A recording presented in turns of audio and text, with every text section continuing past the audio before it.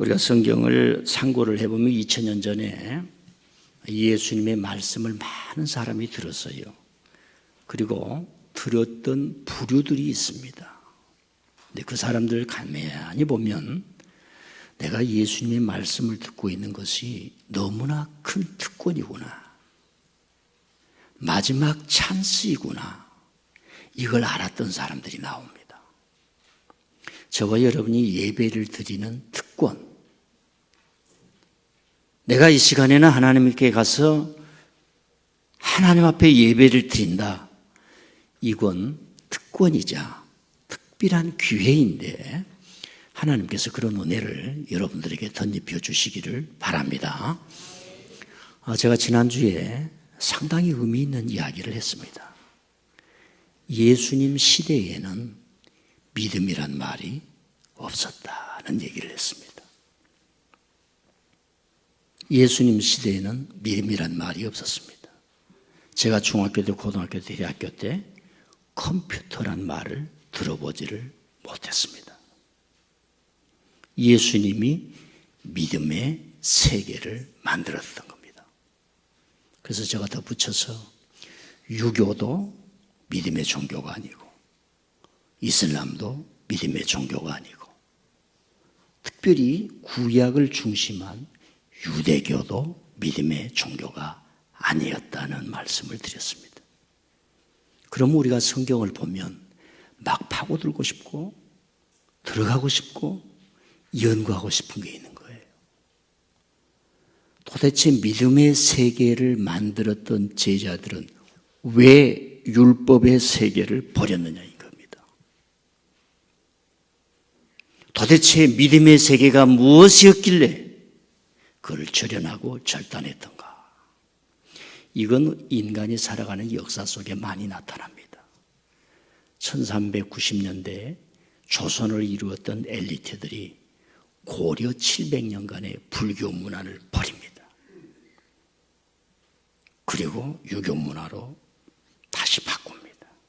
그런 사회적 구조가 있었듯이 우리가 해방 이후에 우리는 왕조로 가지 않고 모든 사람이 주인이 되고 주권을 갖는 민주주의 세계로 돌아오듯이 2000년 전에 제자들은 왜 율법의 세계를 버렸을까? 이런 걸 알 때에 오늘 우리가 나의 믿음의 생활은 어떠해야 되는가 큰 빛을 비춰주는 것을 알게 됩니다. 그래서 신약 성경을 펴면 저는 청년 때 성경을 읽을 때 그걸 몰랐어요. 깊이가 없으니까. 성경에 나온 단어들의 특징이 있으면 믿음이란 단어입니다. 주 예수님을 믿으세요. 주 예수님을 믿게 하려고 이것을 기록을 하느니라. 주여 내가 믿습니다.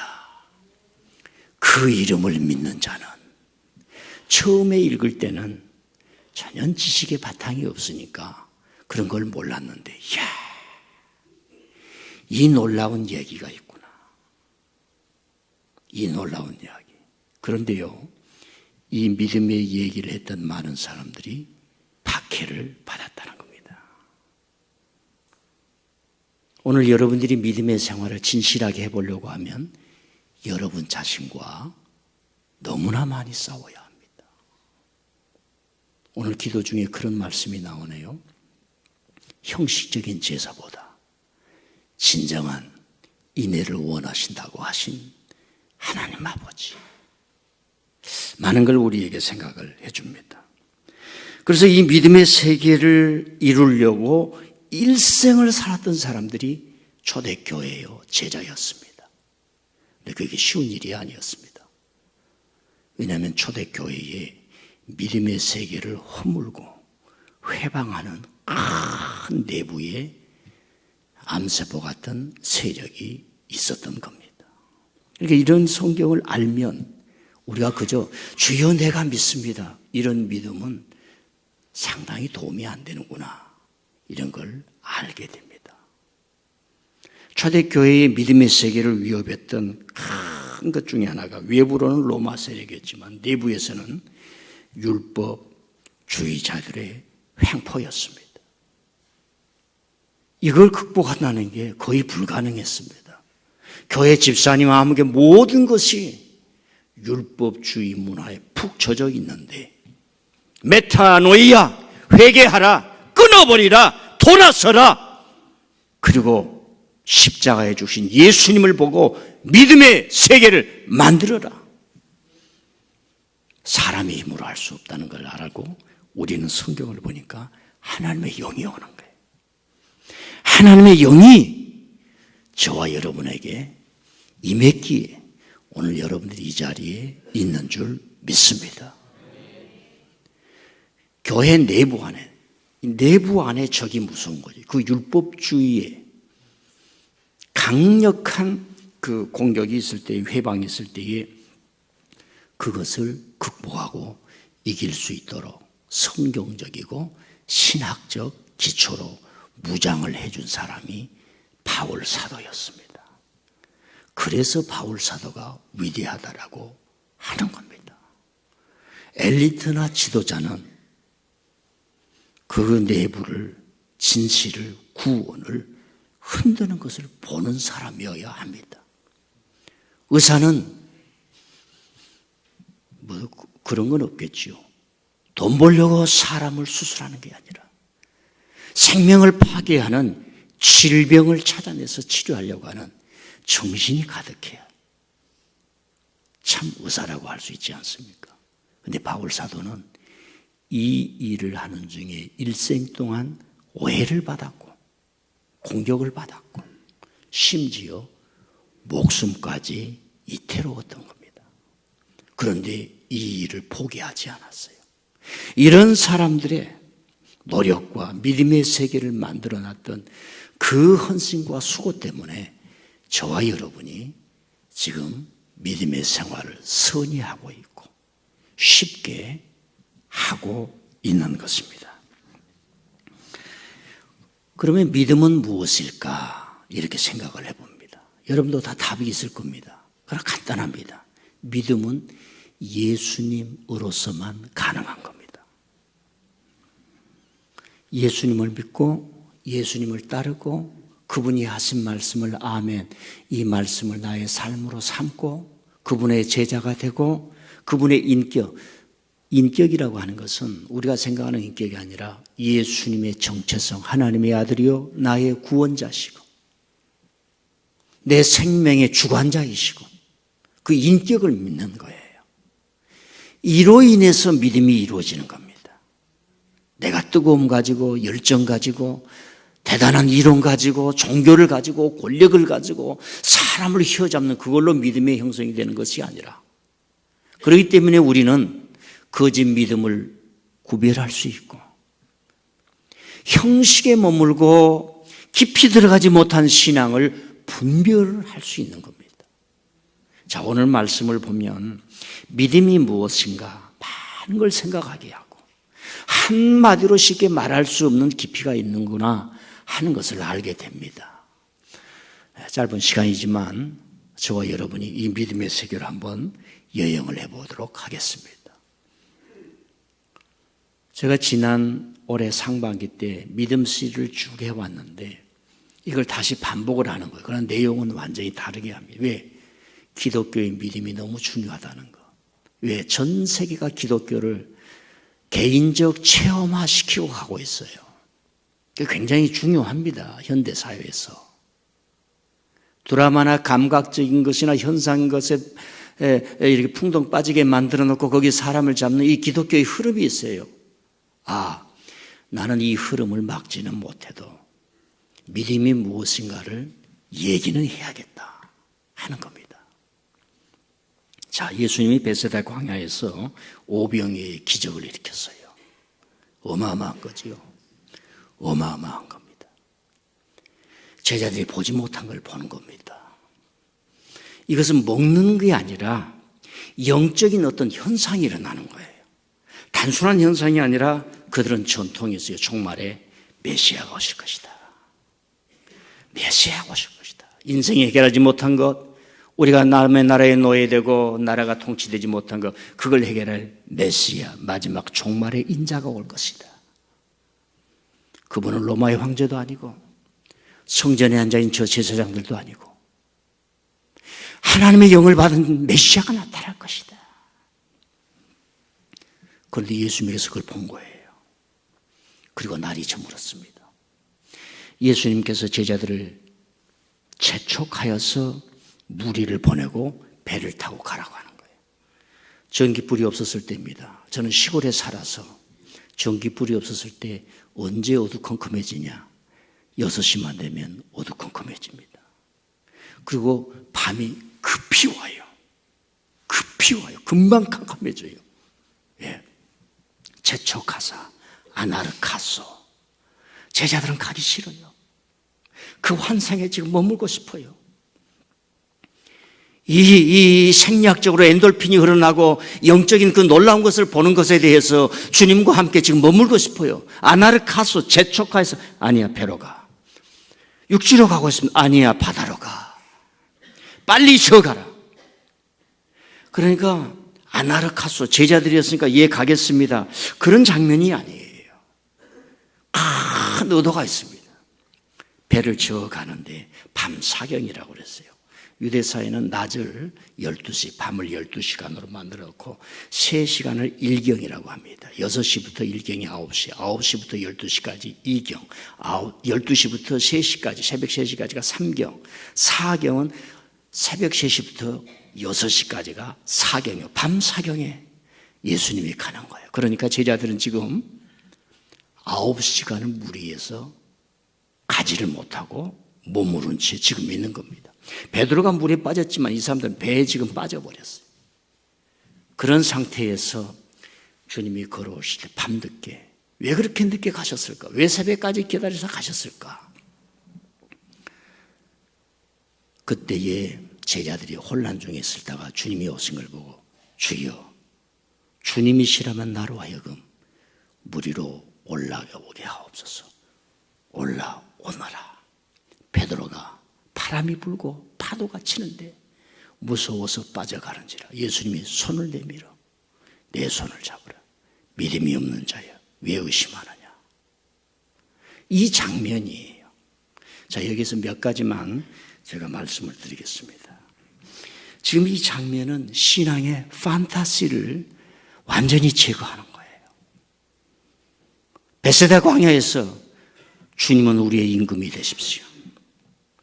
이 땅의 왕이 되십시오. 드디어 내가 주님을 따르는 그 선택이 옳았음을 알게 됩니다. 인간적인 생각.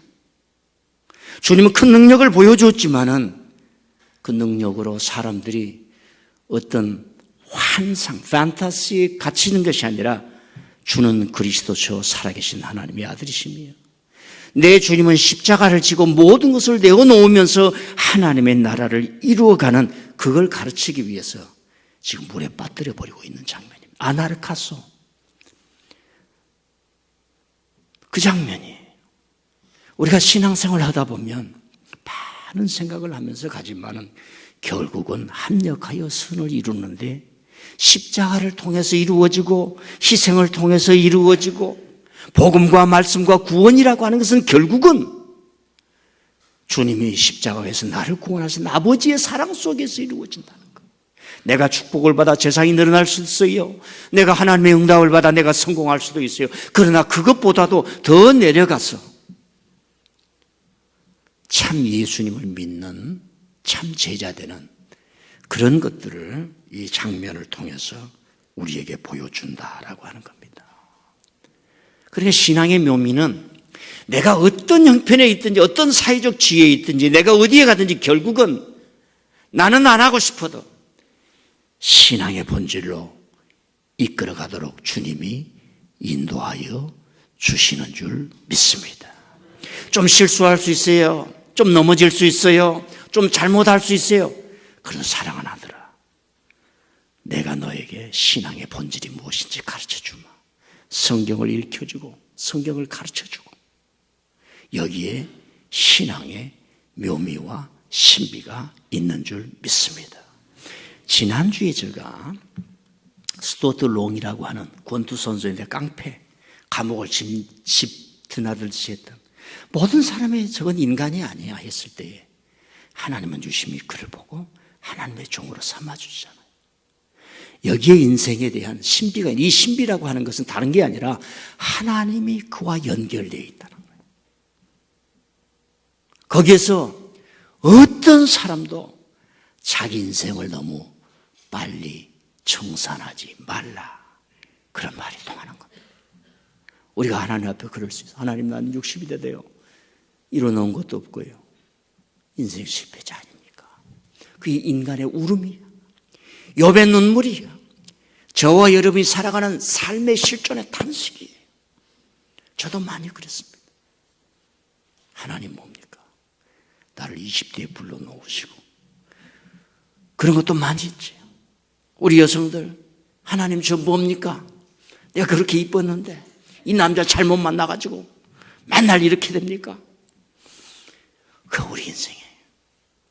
그럼에도 불구하고 저와 여러분의 인생이 귀한 것은 하나님이 워치하고 있다는 거예요. 바람이 불고 파도가 치는 바다 위에 빠져서 9시간을 헤매고 있어도 주님이 워치하고 있어요. 보고 있단 말이에요. 보고 있어요. 주시하고 있어요. 여러분을. 두 번째는 뭐냐면 인생을 살아갈 때는요, 좀 무모한 게 필요해요. 주님을 보면 주님처럼 살고 싶습니다. 나도 무리로 걷게 해주세요. 좀 우리가 생각하는 그 무리를 걸 수 없잖아요. 물리학적으로, 실제적으로, 현실적으로. 그래서 그 무리를 걸어가지고 내가 참 대단하고 뭐 그런 사람, 막 그 뭐 이렇게 땅에서 붕 뜨는 게 뭐예요, 그거? 그래 가지고 사람들이 유튜브에 나오고 그런 게 아니에요. 지금 베드로를 보면 지금 나도 주님처럼 주님 가는 그곳에, 주님이 십자가 지고 가면 그곳에 주님처럼 한번 가보고 싶어요. 그런데 빠졌어요. 여기에서 우리는 많은 걸 알게 됩니다. 사람이 살면서 하나님, 내가 좀 저질러 보겠습니다. 해보겠습니다. 우리 학교 다닐 때 그랬잖아요. 저는 시골 촌놈인데 공부하다가 다른 사람이 가는 거 나도 한번 가봐야지. 하버드를 못 가더니 밑에 있는 해버드 대학교 나왔다는 사람도 있다는데 나는 해버드라도 한번 가봐야지. 그래야 될 거 아닙니까? 사람이 좀 그래야 돼요. 특히 현대라고 하는 사회 속에서. 내 방문을 걷어차고 밖으로 나가서 사장님, 나를 좀 써주세요. 목사님, 이 성경 가르쳐 주세요. 제가 3시간만 여러분에게 이 성경을 가르치면 성경이 싹 지도가 펼쳐집니다. 제가 20대에 성경을 공부할 때는 성경의 개요를 몰랐어요. 에베레스트 올라가기 전에 어디로 가면서 뭐가 있고 개요를 하면 올라갈 수 있습니다. 사람이 좀 배짱이셔야 돼요. 주님!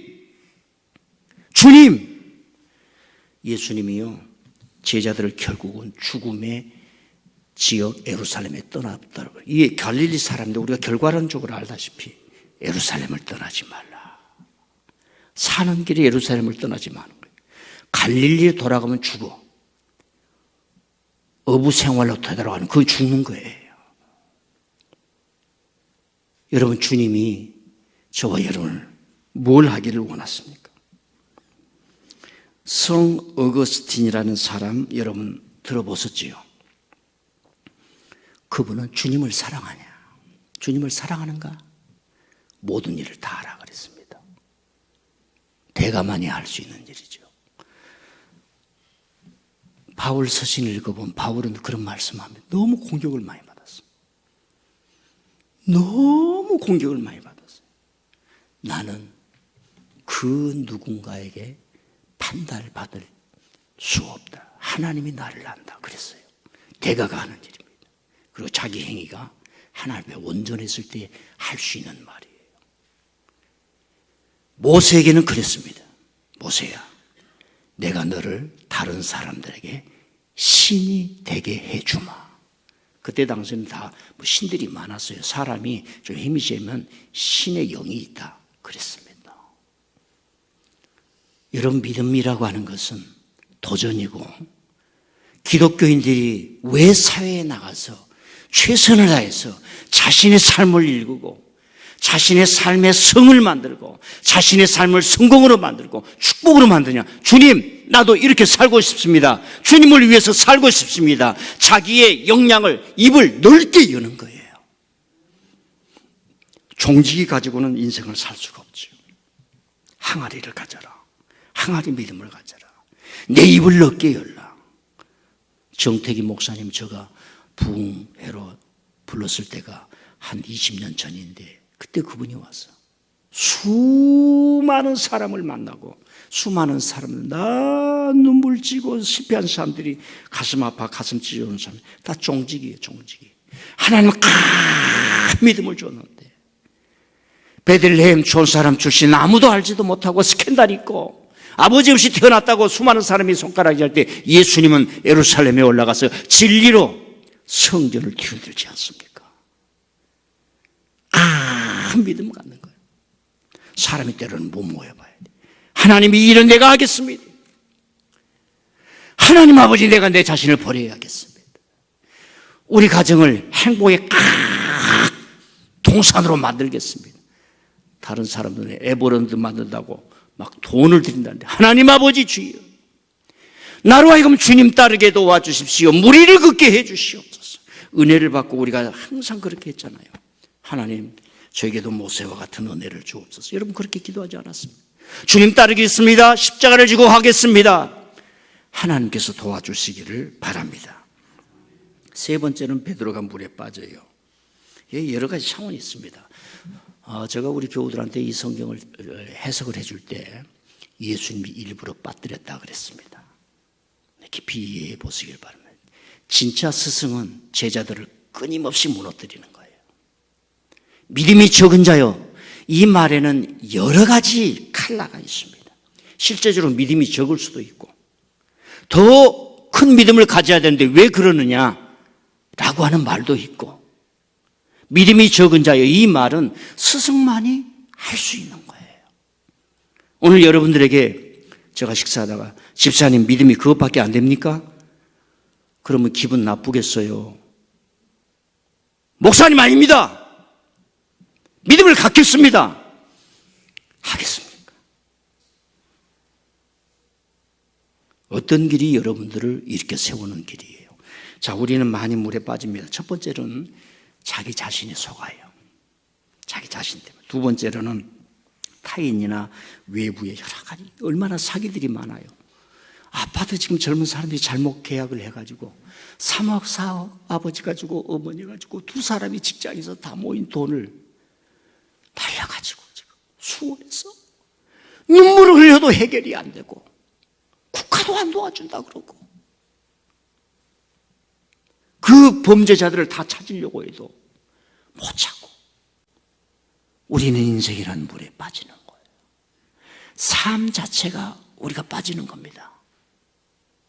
여러분 AI가 있죠. 인구 70억에 살아가는 지혜를 다 모아가지고 AI가 이렇게 살면 성공할 수 해도 안 됩니다. 왜? 이 인생이라고 하는 것은 내가 살아봐야 돼. 건강의 비법이 여러분요, 그 구글링 하면 얼마나 많이 나옵니까? 밥을 안 먹으면 죽는 거예요. 가장 건강의 기초가 먹는 거예요. 먹는 거. 신앙의 가장 기초가 하나님의 말씀을 듣는 거예요. 그걸 먹는다라고 하는 겁니다. 언제 들어요? 집에서 라디오를 듣는다? No.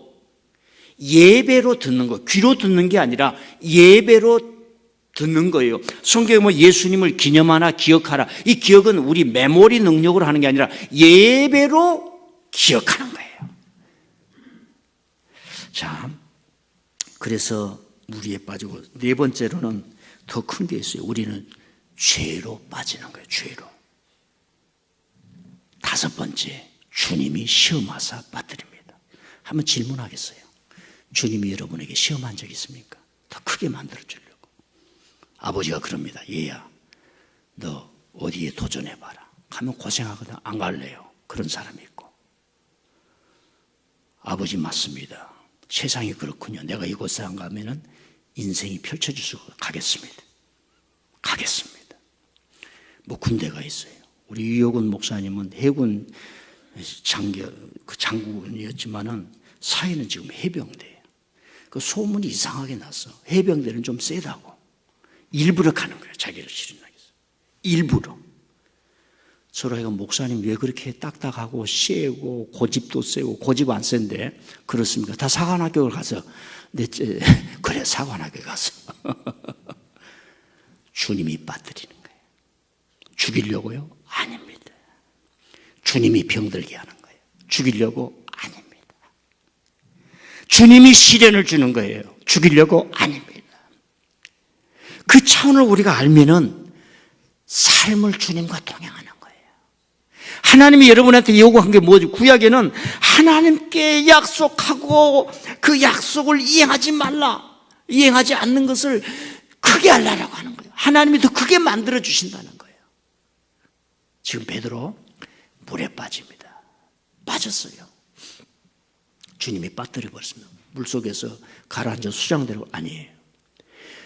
주여 외칠 때 예수님께서 손을 내밀어. 손이라고 하는 게 K라고 하는 K. 손이라고 하는 것은 두 가지 의미가 있어요. 손, 능력, 그리고 군대라는 의미가 있어요.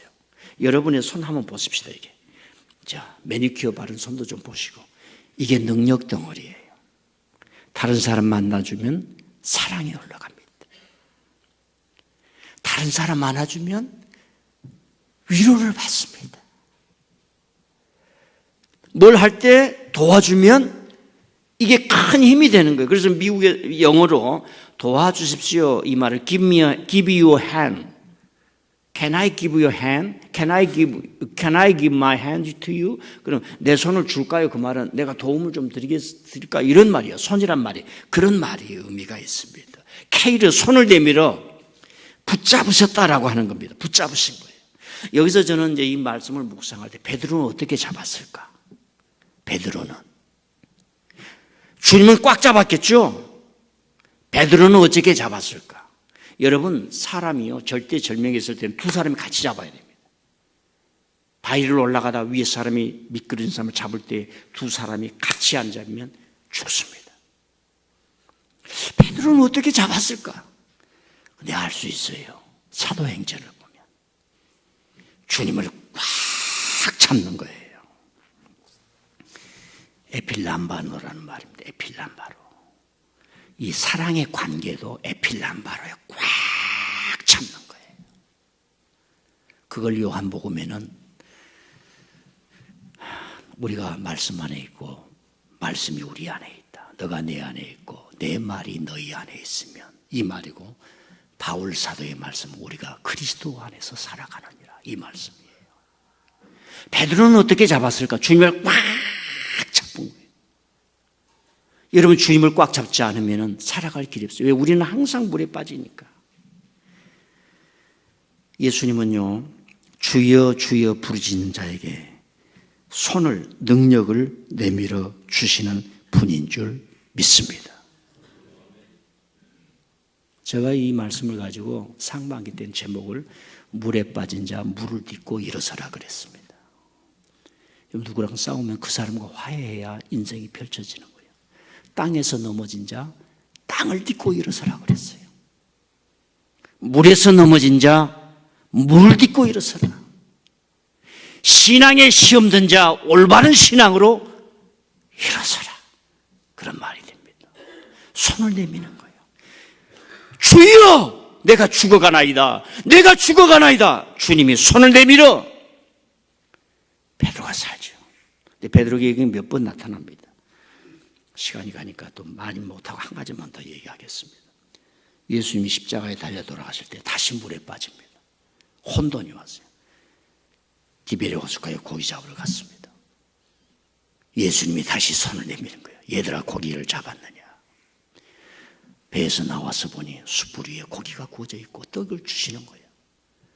떡을 먹으려 하니까 주님이 부르는 거예요. 베드로야, 내가 이 사람들보다 나를 더 사랑하느냐. 내 양을 먹이라. 내 양을 먹이라. 너 할 일이 있다. 너에는 하나님의 목적이 있다는 거예요. 너에게는 하나님의 목적이 있다는 거예요. 목적이 있다 이게. 그게 손 내밀어 주는 거예요. 내 손을 붙잡아. 사도행전에 가면 예수님 손을 붙잡았던 베드로가 남의 손을 붙잡아 줍니다. 많아요. 오늘 말씀 읽진 않았는데 여러분 다 모입시다. 주님이 예루살렘을 떠나지 말라고 했습니다. 사망의 그림자가 밖에서 왔다 갔다 하는 그 예루살렘을 떠나지 말고 여기가 사는 곳입니다. 사망의 음침한 이곳에 주님이 계시니 이곳이 살 곳입니다. 죽음 속에 생명을 베드로가 손 내밀어. 그래서 그들이 함께 기도하는데 온 마음을 다하여 여자들과 함께 간절히 기도하는지라 베드로가 손 내밀어 주는 거예요. 3장에 가면 제9시 기도 시간에 요한과 베드로가 성전으로 기도하러 올라갈세. 성전 미문에 앉은 자에게 나면산적에 손을 내밀어 은과 금은 없거니와 이렇게 세워지는 거예요. 이제 베드로가 손 내밀어 주는 거예요. 저와 여러분이 지금 이 장면만 알고 하나님이 주님이 나에게 손을 잡아준다만 알면은 50%밖에 안 돼요. 온전하지 못해. 주님의 손을 붙잡은 자 내 손을 내밀어야 돼요. 내 능력을 내밀어야 돼요. 주님이 내게 주신 것을 손을 내밀어야 됩니다. 내놓아야 됩니다. 다른 사람을 이렇게 세워주셔야 돼요. 어제 아침에 제가 최홍 목사님 모신다고 그랬잖아요. 그분은 심장 수술을 해가지고 스탠스를 받고 있는데 자기가 네팔에 가서 그 아이들을 섬기는 것이 내 인생의 최고의 행복이라는 말을 우리가 들었지 않습니까? 손을 내미는 거예요. 주님이 나를 붙잡아줬던 그 손을 내미는 거예요. 하나님의 축복을 받아본 사람은 알아요. 이 축복을 가지고 남에게 손을 내민다는 것이 나를 얼마나 기쁘게 하는지. 제가 어제 박병돈 목사님과 몇 분에게 이제 김치를 갖다 드렸어요. 김치를 먹어보니까 이렇게 맛있는 거야. 다른 데서 먹어본지 못했어요. 우리 성도들이 이렇게 김치를 잘 담구나. 그런데 내가 사진 찍어가지고 미국 친구들 톡에 다 올렸어요. 그러니까 먹고 싶다고 빨리 페덱스로 한 통 보내달라고 그러더라고. 그러다가 유혁은 목사님 집을 방문했어요. 그래서 김치를 좀 드리면서 이런저런 대화를 했는데 한 달 전에 캐나다 어느 교회 가서 수련회를 인도했다고 그래요. 교회가 아닌 것 같아요. 그러니까 물어보진 않았지만 야외에서 캐나다, 미국 같은 데는 좀 이렇게 수양관들이 아주 상당히 그 뭡니까 자유스럽습니다. 그런데 가만 보니까 성도들을 모아놓고 이 아이스브리 레크레이션 막 하는데 어느 안수 집사님이 그렇게 열심히 막 신이 나가지고 하더라는 거예요. 그게 돋보이더라는 거예요. 우리 교회 꼭 누구 그런 사람들 한 10사람 있지요. 그렇게 열심히 하더라는 거예요. 그래가지고 분위기가 물어와가지고 이제 다 남자들끼리 닭싸움을 하대. 닭싸움 아시죠? 다리를 이렇게 잡아가지고 이렇게 하는 거. 그러면 이제 20대들은 안 다치는데 한 40대 되면 뼈가 이제 고관, 이게 뭐예요? 붕성붕성, 구멍이 생기는 거. 골다공증이 좀 있어요. 그럼 넘어지면 큰일 나요. 그래 이제 집사님이 막 이제 성도들하고 같이 하면서 열심히 하고 또 분위기도 있고 그러니까 이 기가 차가지고 기운이 차가지고 딱 하려고 하니까 어떤 여학생이 막 아빠 하면 안 돼, 아빠 하면 안 돼 막 그러더라는 거야. 갑자기 그 아빠가 안 오더래.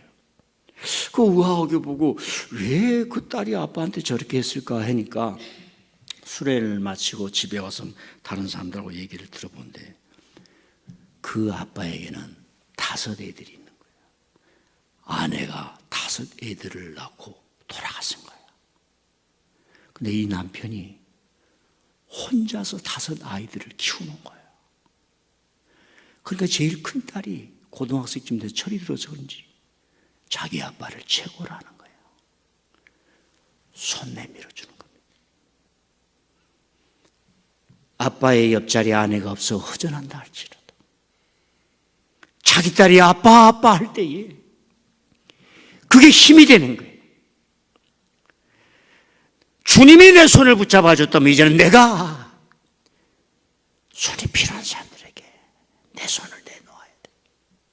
그게 사도행전이. 그게 믿음이. 베드로는 주님을 붙잡았던 그 경험을 알아.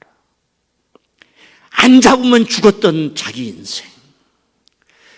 주님을 붙잡지 않았으면은 뜨거운 열정 가지고 고기 잡다가 이 혼돈하는 세상의 반항심만 갖고 스스로 무너져 버렸을 그 젊음의 인생.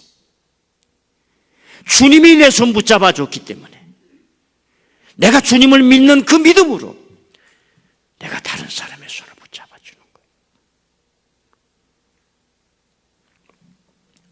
3일 전에 우리 노예 어떤 목사님이, 신목사님 기도해 주세요. 자기가 아는 선교사님이 부산에 와가지고 지금 여기 식도암이 걸렸어. 말도 못하고 음식이 안 내려간다는 거예요. 장문의 기도문을 보냈습니다. 다음 주일에 선교지에서 선교하다가 사모님들이 관절이 다 나가가지고 지금 수술하고 있는 분들에게 한 사람에 10,000원씩 선교를 해서 우리가 손을 한번 내밀어 주고 싶어요. 저는 교회에 이런 일을 할 때 어떻게 하면 교우들이 부담을 안 가지면서 좀 전체가 참석했으면 그런 방법이 뭘까 그렇게 많이 고민하면서 성탄의 선물을 줬으면 좋겠다 생각합니다. 예수님 말씀합니다. 믿음이 적은 자요. 진짜 믿음이 적습니다. 지금 베드로는 무리를 걸을 수가 없어요. 베드로야 안 돼. 너는 믿지만 안 돼. 믿음이 적은 자요. 왜 의심하느냐? 여러분 사도행전을 가보세요. 베드로는 불 속을 들어가고 물 속을 걸어갑니다. 헤롯을 두려워하지 않아요. 자기가 옥에 갇히는 걸 두려워하지 않아요. 그때 주님이 베드로에게 믿음이 적은 자에 말하지 않습니다. 인도만 하는 겁니다. 가이드만 하는 거예요. 가이드만 성숙했어요. 베드로가 초대교회를 지켰다면 바울 사도는 그 공격에 신학적, 성경적 믿음의 이론을 주신 분이에요. 왜 율법에서 믿음의 세계로 가야 되냐? 사랑하는 성도 여러분, 오늘 이 메시지 좀 들었으면 좋겠어요. 여러분의 손을 내미시길 바랍니다. 주님의 손을 붙잡았던 주님이 내 손을 붙잡지 않았으면 나는 지금 내 존재가 불가능하였는데, 여러분 신앙 꼭 붙들고 주님 꼭 붙들고 이 교회에 꼭 붙으시길 바랍니다. 예수님을 믿는다는 것은 추상입니다. 다시 말씀드립니다. 사람들이 다 마음으로 나 예수님 믿어 추상으로 믿습니다. 교회를 사랑함이 그 신앙의 구체적인 것인 줄 믿습니다.